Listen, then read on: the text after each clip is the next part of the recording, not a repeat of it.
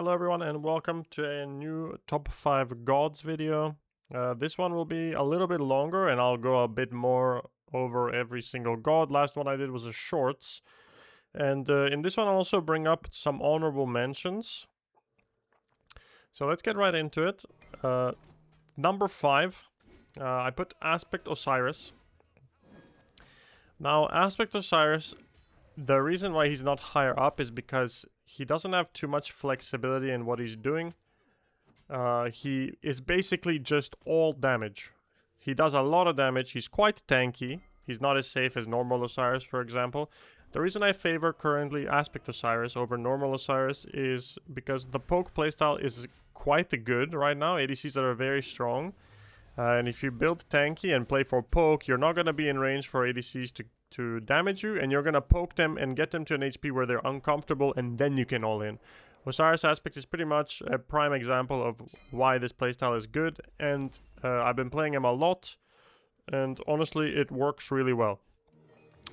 His laning is insane. He has very little bad matchups, but he, you know, because you're playing Aspect, he's a little bit unsafe. His ultimate doesn't get you out of danger anymore. You're kind of just relying on all-in, so you might have to play the lane a little bit safer, even if you can kill your opponents, and no sustain. So quite a risky pick. High risk, high reward, I would say. I was debating putting him in as an honorable mention, but I think he is good enough, and he's definitely better in my opinion than the ones that I will be putting as honorable mentions. So a lot of good stuff going for him, but yeah, just a little bit of a high risk pick. The build I run on Osiris Aspect is, I'll show you here in a bit. So, Axe, Shifter Shield, I like to do Prophetic because your base kit is really good, Glad Shield, and then you can kind of mix a little bit. I think E-Staff is quite good on it because you're poking a lot. If you manage to somehow get Intelligence as your adaptive stat, you can actually skip out on E-Staff, but it's pretty much impossible from what I've seen. So you might have to just go E-Staff just for adaptive stat until you get a 3k pot. And then after E-Staff, you're going back to tank. You're buying the big tank items, Freya's Tears, Draconic Scale. You can maybe play Bluestone with him, but I think Axe right now is really strong. In fact, Axe is maybe the best starter item right now. In my opinion, the best 3 are Axe, Cowl, and Bombas. So for Osiris, you're going to go Axe, Shifters, Prophetic, Glads, E-Staff, Freya's, and Draconic. If you really want to upgrade his shell, you can trade out your Prophetic for an upgraded shell, for example. Prophetic's not necessary. I'll have it in all my builds, but it's not necessary. You can seriously trade it out always for an upgraded shell if you don't like it. In an ideal world, if you have Intelligence as your preferred stats, so say you get a 3k pot, you can just replace your E-Staff with an upgraded shell. Number 4 is going to be Jorm. The reason why... well... same reasoning as Aspect Osiris, really. But Jorm comes with a really low risk. So high reward, good poke, a little bit less than Aspect Osiris, right? I guess it's in a way it's kind of like low risk, medium reward. Osiris Aspect is high risk, high reward. This is low risk and medium reward. You have a really good laning phase. You're really safe. And you have good space control, good poke. But that's about all you offer, right? So you're kind of... you know, it's the same thought process where you're favoring the poke playstyle over the all-in playstyle, which I currently favor anyways. I think it's the meta. Maybe I'm wrong, but that's what I favor. Now, I'm no Jorm expert, and I'm sure many people out there will have possibly a better build for you. But you pretty much just play all the proc items. So I think you go Glad Shield, you're gonna go E-Staff, Reaver, you know, all this like proc stuff. And then Freya's Tears and probably upgraded shell. You can go Prophetic again instead of, you know, just move everything by 1. In fact, hold on, I'm just gonna switch that up here in the build. I was gonna move everything by 1. So it's almost like Aspect Osiris, but we are gonna go Reaver as well. Jorm works really well with Reaver. You don't need crazy high defense on because this pick is super safe and you never really want to go in. But, you know, generally something like this is probably going to be your build. So Bluestone, Shifters, Prophetic, Glads, E-Staff, Freya's, and Reaver. And again, you can swap out your Prophetic for for upgraded shell. You can, this build is like, it's quite flexible. The god in general is very flexible with what you build. You can even get more cooldown in there if you feel like it. You don't necessarily have to stick to this, but this is a good sort of like baseline for a build.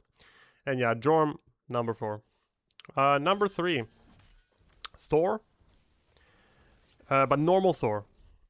It used to be Aspect Thor, right now you're playing normal Thor.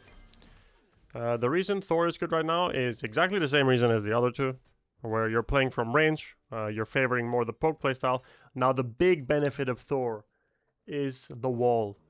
The ult's a nice bonus. Thor is really safe because of the ult and the one, but the wall, man. This ability alone causes so many problems for any team. Literally any team comp you play against, the wall can be deadly. Even against the best team comp of all time, if you have a Thor, you can still play around the wall from range, even if they have like range superiority, much better than you. If you have Thor, you can fight back. The build on him is going to be very similar to the Osiris build, but in this one I would favor more cooldown, so we're going to go Breastplate Genjis instead of Draconic E-Staff or Draconic Upgraded Shell, whatever you feel like. We're going for as much cooldown as possible. Our start will always be Shifter Shield, for the record. Literally, first item is always Shifter Shield. Now, I've been trying with Breastplate first, because Thor base damage is quite good, and I was going to Prophetic as well. But something along these lines. So, Axe, Shifters, Breastplate, Prophetic, Glad Shield, Genjis, Freyas. Again, I will keep mentioning it every single time, but you can replace Prophetic with Upgraded Shell if you feel like it, seriously. Both are good. You can even sell your shifters super late for an upgraded shell, whatever you feel like. It's always nice to have an upgraded shell in your build, but I promise you're not gonna feel sad about not having it. This build is perfectly fine, and you have loads of cooldowns. Like, I mean loads. You wanna wall as much as possible. Your 1 is really good, because when you played Aspect Thor, you were better in melee, like, you know, when you could 3 people and auto-attack them a bunch. You are much stronger, but with non-Aspect Thor, you're better from range, so you can play it slow. You can wall, stun, and then poke with the 1. When you go in with your ult, you also don't have to all in. You can hammer out, you can maybe bait people out. You can all in a person who is alone, if you find them. And then, you know, after your combo, even if you don't kill them, you can fall back. That's kind of just already a good position for your team anyways, right? Thor he's not bad at anything, literally. He is good at everything, and he excels at the poke playstyle. He used to be worse on the previous patches, and I mean like 3 patches ago at this point, where you would buy items that increase your prots by a percentage, because in that meta, all-inning was really good, right? Because you were basically Superman when you got 3% prot increase items, so you could all-in. But right now, all-inning is not that good, and whenever all-inning is good, Thor is weaker. Whenever all-inning is not good, Thor is back to the top in all-in. Number 2, I put Hercules. Why Hercules? Well, Hercules is a bit of a slow early game, but he is the best god in the game late game, I think. At least the best solo laner in the game late game. But I find it hard to really think about what beats Herc late, even in other roles. His abilities are absolutely insane, really high base damage. His passive is one of the best in the game, maybe just the best in the game. And current builds favor him a lot, and he still gets percent prot increases on his 3. So he is one of the only characters that can still hit 400 prots of each pretty consistently, especially at least full build, right? On Herc, so we're gonna go Bombas on Herc. This is the only Bombas god on the list here. Bombas is good on gods that rely on ability spam, and well, you need a way to proc it as well. You can't just spam it. Like with Thor, we went high cooldown, but we can't really proc Bombas. With Herc, we can proc Bombas, like a lot. And we want to do that as much as possible. You can sort of do a similar build to Thor, but we don't want Glad Shield. Herc does not want Glad Shield all that bad. You can buy it if you want, but I think having as many prots as possible is the best, because seriously, your damage is good enough. This is the only build I would suggest going on Herc. I wouldn't suggest changing it at all. Again, you can swap your Prophetic for an upgraded shell. but I wouldn't recommend it either. Like, there's really no need to switch from this build. It's super strong. Play your early game slow. Herc's relatively safe. You just need to play it slow. You don't have to dash every wave. You don't have to look for crazy kills. Just wait for your spikes. You're really strong. Herc is super strong with items. Until you get those items, chill out a little bit. Play it slow. Get wins where you can get wins. And neutral is pretty good for you, right? Like, anything even is good for you as Herc because your late game is probably better than whatever they have. Also, a trick you want to do is you want to try and proc your passive as much as possible in lane. So when you hit level 3, you can actually do it level 3. You just want to space out your abilities maximum possible. So it's 5 seconds buff on your passive. So wait 5 seconds between your abilities at level 3 if possible. You don't necessarily have to, but if possible and if you need it, space them out and use your passive to your advantage in the early game. Later on it's much easier to proc, but in the early game it's hard. So pay attention to that and you should be golden. Before we go into number 1, I'll just go over some honorable mentions. So first honorable mention is Amaterasu. Now at first I was curious why she has such a high win rate. I really couldn't understand it much. To be honest, it's still a little... Maybe it's a little bit deceiving still. Her win rate's insanely high. I don't know why exactly, how she's getting such a high win rate. She is good though.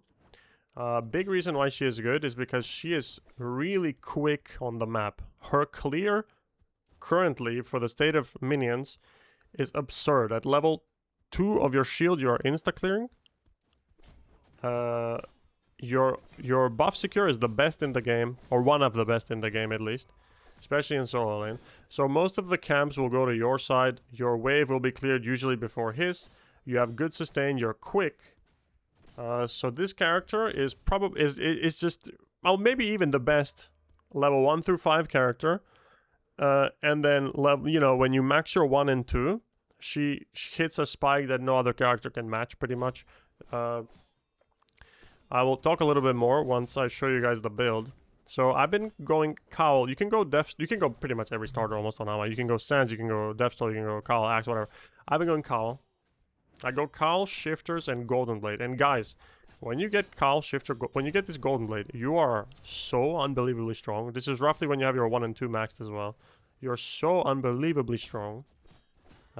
And you clear insanely fast. This is when Ama becomes the strongest character on the map, and you can really push leads with this. You can go to Gold Furies, you do them really fast. Pyros, you do them really fast. You can solo the Naga.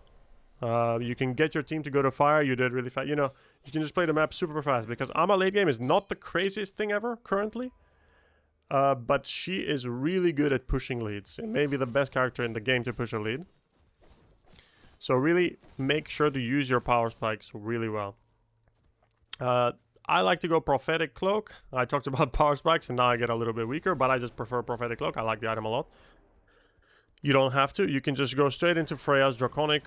And I like to go Kinetic on Ama because you are auto-attacking a lot. You're going to be in people's faces. This is a bit more of a dive character. You can play both, but you're not that good at peel and you're not that good, you know, with your team too much. You do have some utility with your 1 shield and your aura damage, but that's about it.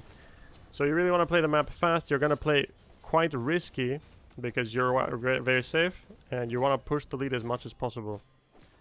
Late game you're not that strong, but I find this build to be good enough. Even late game you should be able to win most trades, unless unless you're 1v1ing the ADC or, you know, 1v2 on their backline. You're probably not gonna do that. Again, you can replace Prophetic with Upgrade Shell. I'll stop clicking it here, but you can replace it, I promise. Alright, and the second honorable mention is gonna be Chulainn. This one might be a little bit up in the air for discussion, but I find that his lane pressure and his full build to be quite strong. He is an all-in god, purely an all-in god. And he's a beast in lane that you can like abuse his, well, level 1 he's one of the best gods in the game, like level 1, 2, 3, right? I just mentioned Ama being a beast level 1, 2, 3. Well, this character is somehow even better. I prefer Ama, but Chulainn does sort of do the same thing in that sense, where he's a beast in lane. You can push a lead as well as with Ama, But your teamfight presence is much better, and your late game is also much better than Ama. So there's a little bit of a trade-off in that sense, where you can't push leads as well, but you're definitely happier to not be that far ahead like you are with Ama, right? The build right now also favors him a lot. He is one of the best Glad Shield users in the game, so naturally I think you should build it. I see some people go Mystical Mail on him. I think Mystical Mail doesn't matter who you buy it on, you buy it for the same reason. You're buying it to counter shields. So don't buy Mystical Mail, you know, autopilot. It doesn't really do that much, I promise. On Cuchulainn, I go Warrior's Axe, Shifters, Glad Shield, and then Prophetic, Freya's Draconic, and then last, I actually think you can go Kinetic on Cuchulainn. It's quite good. It helps you in your downtime, like if somebody's hitting you and your abilities are down, you still get quite a lot of value from Kinetic. Your cooldowns are good with these 3 items, Glad Shield, Prophetic, and Freya's. And with Kinetic, you get a lot of value when the ADC is hitting you. Again, you can go upgrade Shell instead of Prophetic. Yeah, good character. Quite easy to lane with. Easy to possibly punish as well if you're not careful with jumps and dashes and stuff. But generally speaking, if you're comfortable with this character, he's quite safe, quite good in lane. Good team. You know, there's very little he's bad at. I think the worst thing he is at is moving around the map.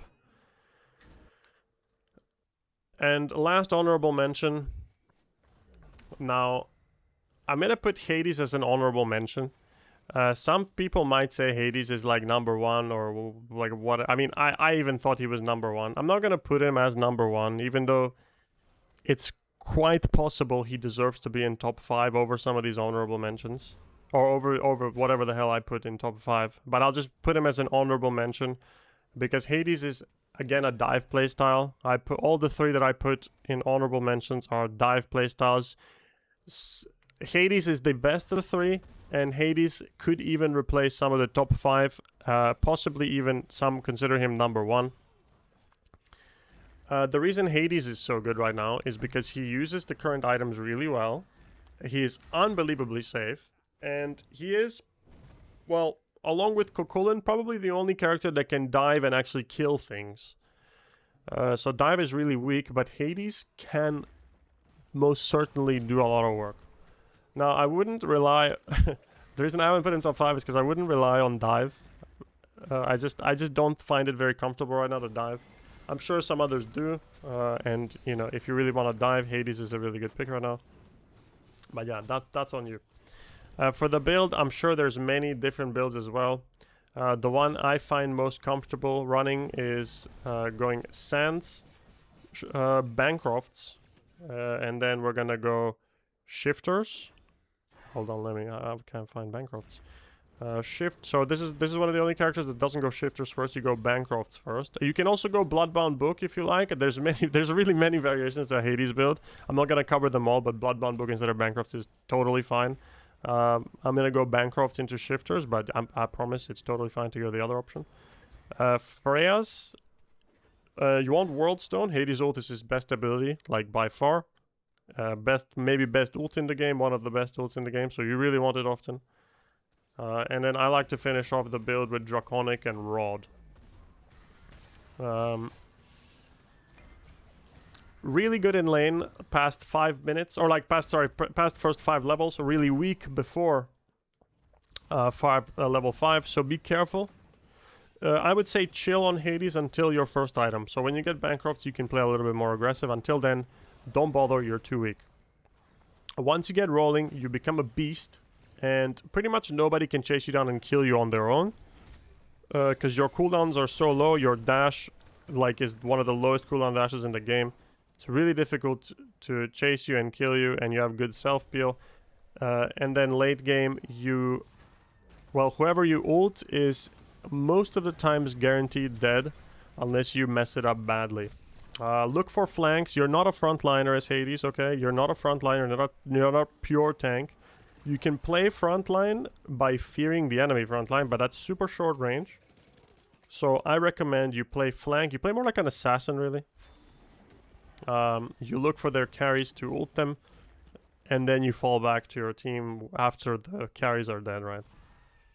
This build I find to be quite useful as well in every sense. Good early game sustain, good early game damage, very tanky, and scales well late, and World Stone, one of the most important items on Hades. Alright, number 1. Now this one, many people will not agree. I mean, definitely many people will not agree, but the results speak for themselves. And from my personal experience, when I play against Guan, or when I play as Guan, I don't see what the opposing team can do, ever, if you have a mediocre or better game. You have to really shit the bed with Guan, and your team has to be just useless to not be pretty much just dominating the map. This pick, I mean, I'm putting as the number 1 soul laner, but people even play him in support. Now... literally, all you need is 3 items on Guan. You're gonna sack your lane often. Some matchups you win, by the way. God forbid Guan wins lane, then it's even worse. But you're expected to lose lane. And even if you lose at 3 to 4 items, more specifically 4 items actually, you rotate and you cause so many problems for the enemy team. They cannot match the healing. They cannot match your cooldowns. Like you keep ulting multiple times a fight. Like nobody on your team is dying. It's absurd. Absolutely absurd. I don't know why this god hasn't been nerfed. He's actually been buffed. I really don't understand why. Yeah, let's go into the build quick. So I like to go Leather Cowl. Sands is completely fine. I would not recommend Bombas because I don't think you really want all much. Axe and Bluestone are fine, but I would really highly recommend Cowl or Sands of Time.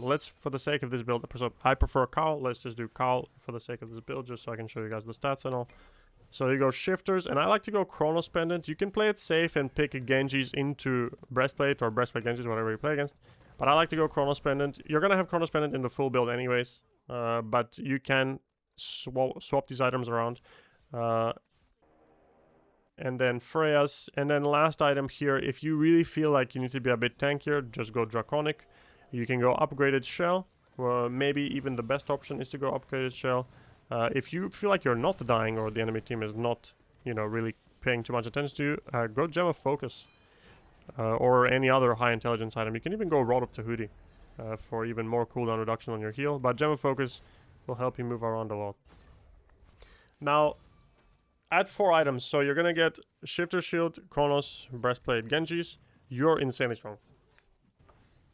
At that point, rotate and pretty much you don't even have to farm anymore. Just rotate, stay with your team. You're way too strong. Literally every other, like it's kind of depressing when I watch, for example. When I play against Ares or when I play against, I mean, even like Chulainn, when I play against like anyone that is sort of like AoE damage, you know, they don't commit to one target, or if they commit to one target, it's like dot damage, like Ares, Xingqian.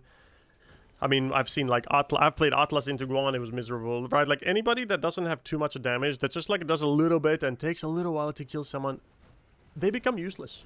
They become completely useless because you heal too much too often and you reduce everyone's cooldown. Your mage is gonna. Like, every time you play with Guan as a mage compared to without, you kind of always want to go back to the game with Guan. Your mage is going to have a good time. Unless your mage is having a really bad game. Which is, you know, you're not going to expect that to happen. Maybe it happens like 20% of the time, maybe less. But you can rely on your mage having a good game, and usually every mage is going to be a good pick for Guan. Sometimes your jungler and your support picks are insane with Guan as well. But this is the best enabler of any character in the game. Guan. Literally only downside is you're gonna probably sack your lane most of the times.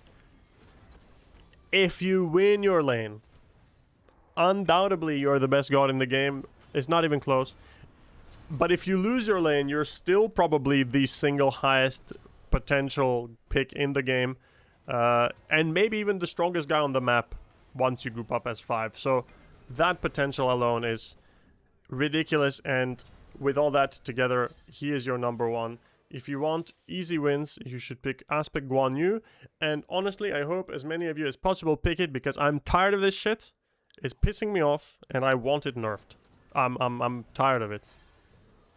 It's boring as fuck to play against. Whenever you play anything that I just mentioned, like slow, Not like slow commit gods. It's so the game's unplayable. It's unfun. I don't know what to do against the Aspect Guan. And when I play it, I feel the same way. I feel bad for the enemy team.